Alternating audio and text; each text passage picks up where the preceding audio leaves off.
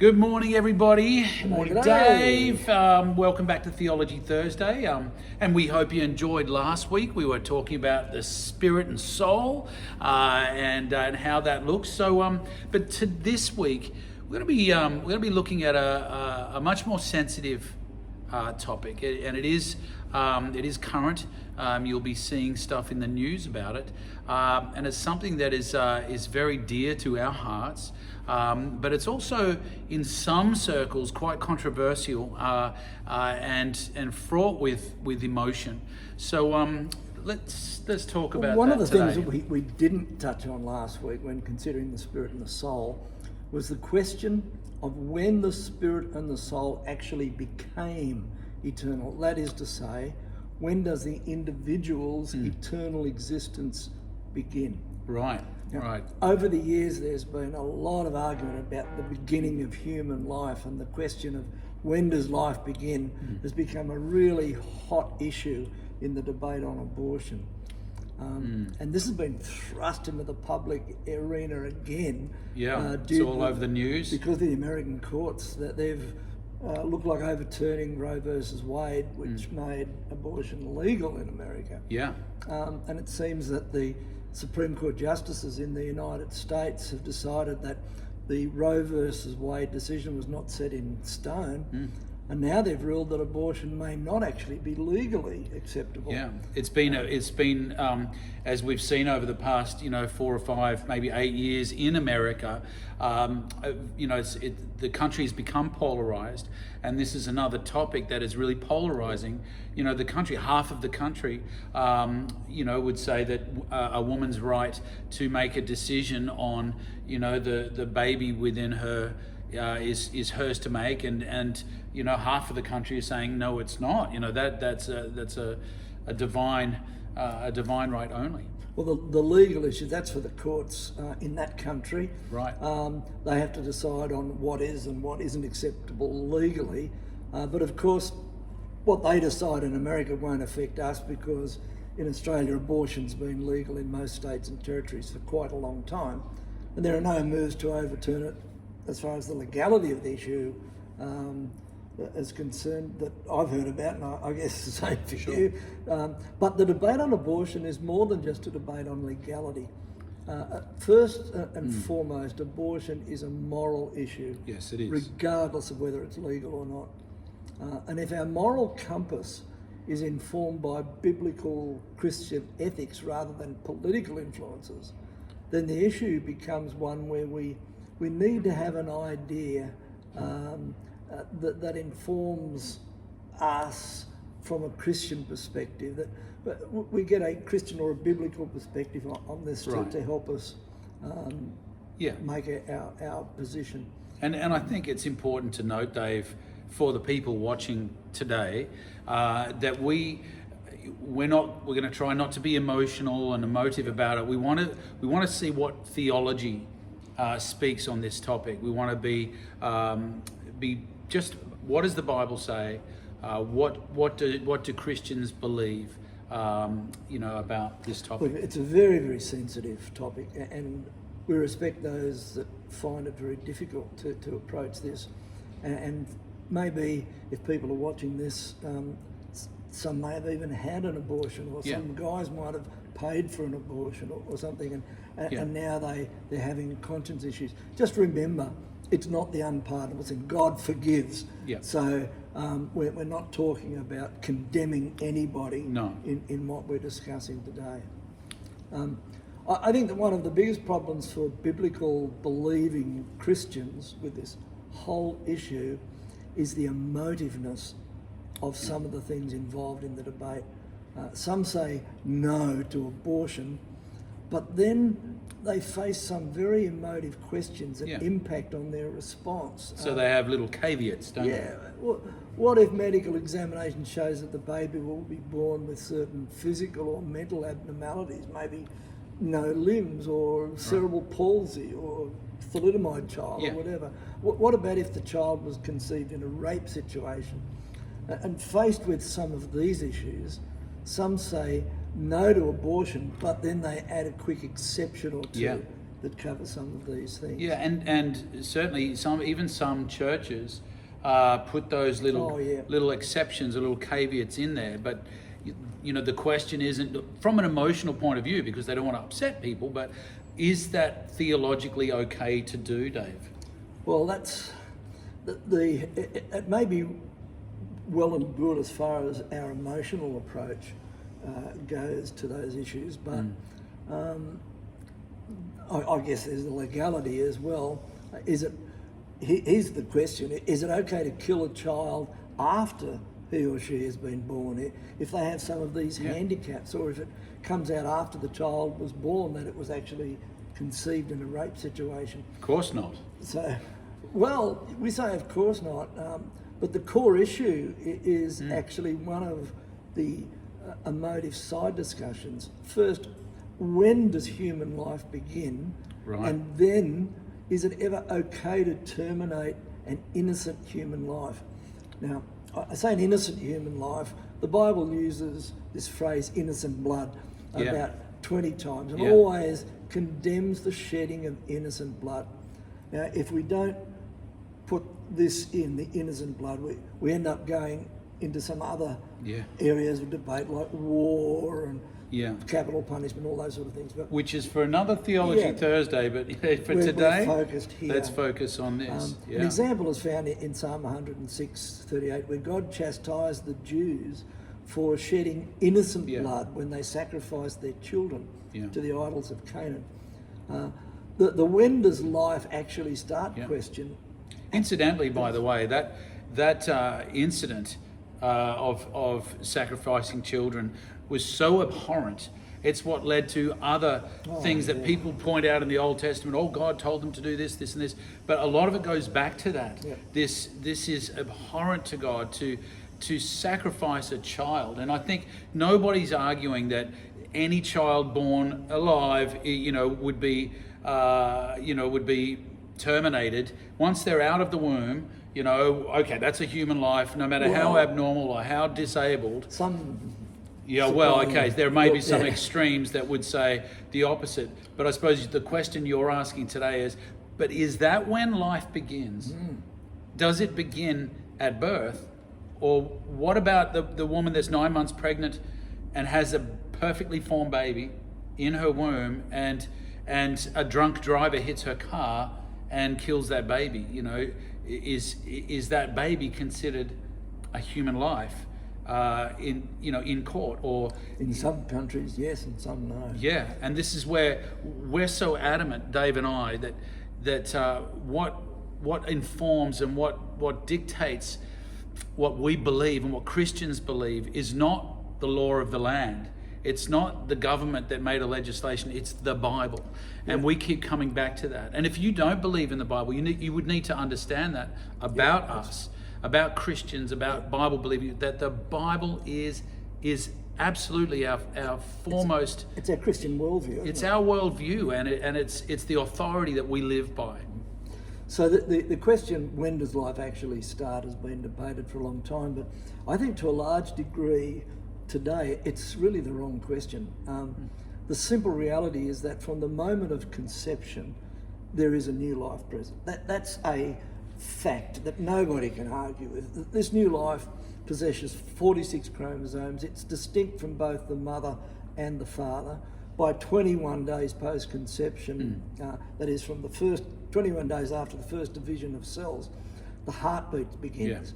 At 45 days, brain waves begin to be detected. And if you've ever had a baby and you've gone to hospital, you would have had an ultrasound, and they can hear the little woof, woof, woof, woof of the heartbeat. You can hear it. And 9 or 10 weeks, the thyroid and adrenal glands are functioning. By 12, 13 weeks, it has fingernails, sucks some, rolls, recoils from pain, has a unique fingerprint. Genetically, it's a fallacy to argue that the baby is part of the mother's body. Scientifically, medically, clearly, it simply isn't. The real question that is being asked when abortion is discussed is, when do we recognise the humanity of the child? The life of the fetus is clearly different from the life of the mother who's carrying it, but when does that life qualify for the title of human life. That's a good distinction, Dave. Like, because there's no argument, that could say that there's not life there. As the baby's forming, like you said, the heartbeat is sign of life. So the question is, but is that a human yet? The Roe versus Wade case in the American Supreme Court declared that until a child in the womb is viable, that is capable of sustaining life outside the womb, or is capable of meaningful life, and the court said that this would be about 6 or 7 months. But with modern technology, a fetus might be viable a lot earlier than in the past. My youngest grandson was not viable by that definition, but he's now 12 months old. How old was your grandson when? 28 weeks. 28 weeks. And they were even younger. There were more premature infants in the ICU. So he was delivered at 28 weeks? Yeah. Wow. But there were younger. Yeah, even younger, right. And so they said that the mother's desire for an abortion, the court said, the mother's desire for an abortion takes precedent over the baby's right to life. So the court did not rule that the unborn child was not human, simply that the wishes of the mother superseded the right of the child to live. In other words, the status given to the unborn was still less than human. Yeah. Certainly when any issues of human rights was discussed, the baby didn't count. So by its very definition, abortion is the extraction or expulsion of the immature human fetus from the mother's womb with the intent to end the life of that fetus prior to natural birth. There's no real hiding of the humanity of the fetus, just a removal of human rights that allows the life to be legally terminated. Do we kind of understand that? Yeah. Is that a definition that you found online? Or? Yeah, it is. But I think it's the one that makes sense as well.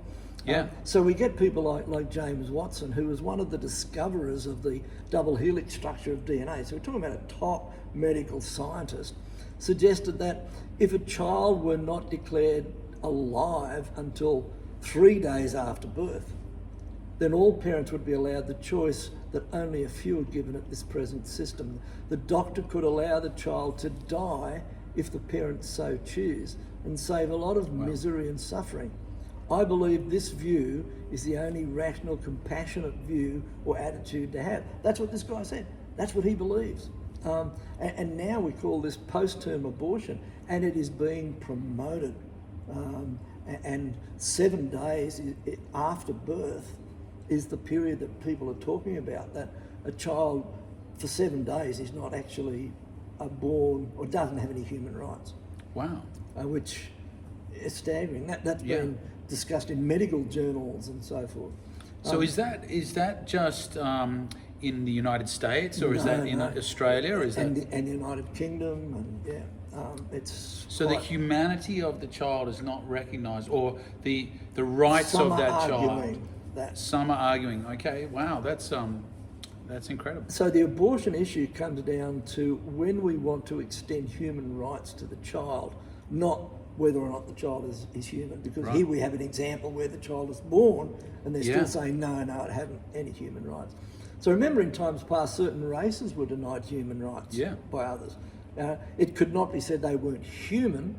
No. It was just said that they had no human rights. And in some cases, they were classified in their nation as simply being a part of the flora and fauna of the nation. I know Australia, for example, has a very bad track record. Guilty of that. Yeah, and it's a shame on our country. Absolutely. That we saw the Indigenous people, as not having the same rights as everybody else. We didn't count them in the population. Yeah. We didn't count them as human lives lost when the Maralinga experiments. It's disgraceful. Disgrace, yeah. Job declared that God had made him in the womb. Job 31:15. Yeah. Jeremiah in the Old Testament and Paul in the New, likewise, both acknowledged that God formed them in the womb and knew them by name. Yeah. So Jeremiah 1, Galatians 1. Isaiah went a step further. Yeah. He claimed that God actually called him, that is, to be a prophet from the womb. Yeah. So when he was still unborn. So these verses are really what are some of the ones. There are others, of course, many others, that inform the Christian worldview. That we would say, no, that the human rights of that child are in the womb. Yeah, they are there. Living God has already spoken. Yeah. I guess this would be fascinating to somebody who hadn't studied the Christian worldview. If you are somebody out there going, what is with these Christians?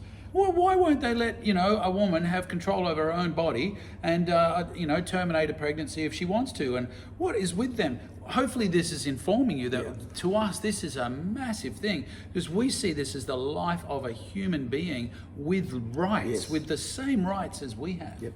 So the question that we must ask becomes more complex.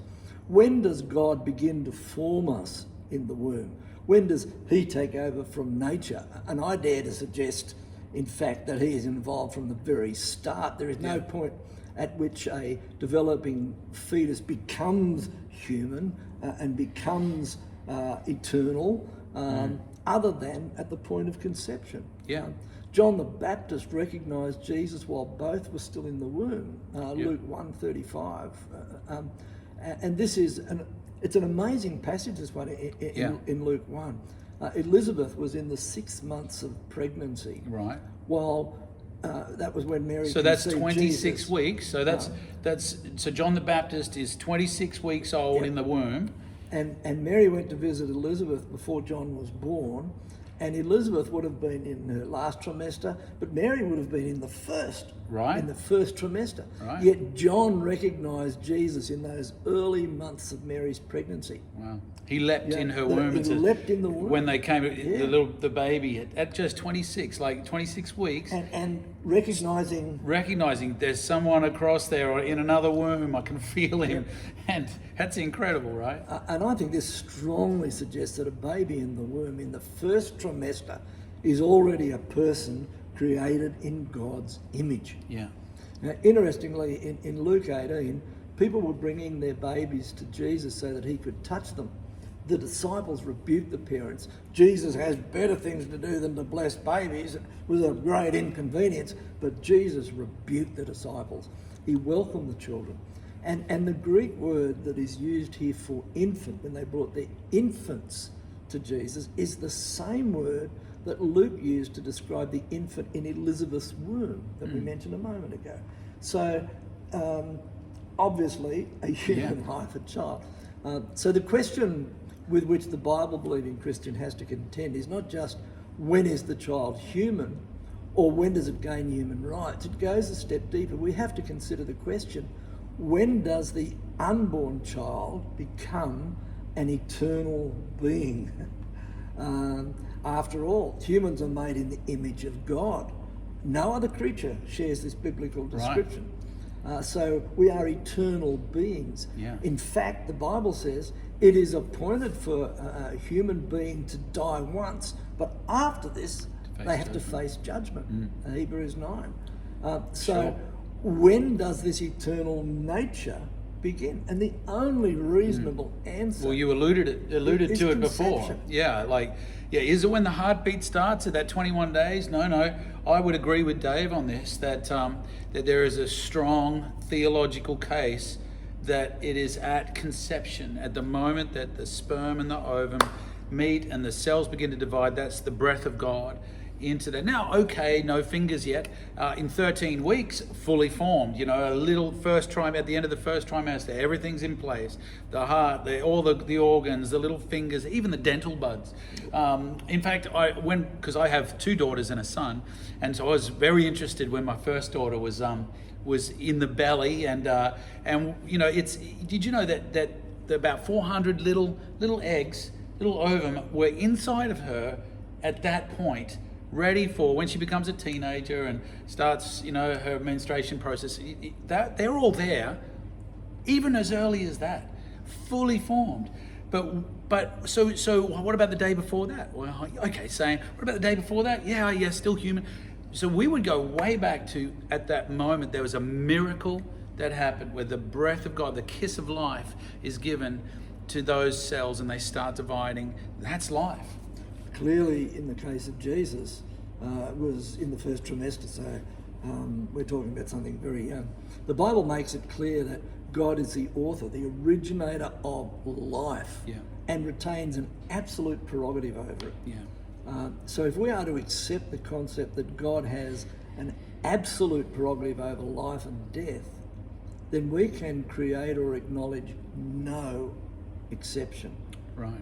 If such a divine prerogative exists over life and death, then it has to be absolute. In other words, there must be no other person authorised to determine that a human life should end. Sure.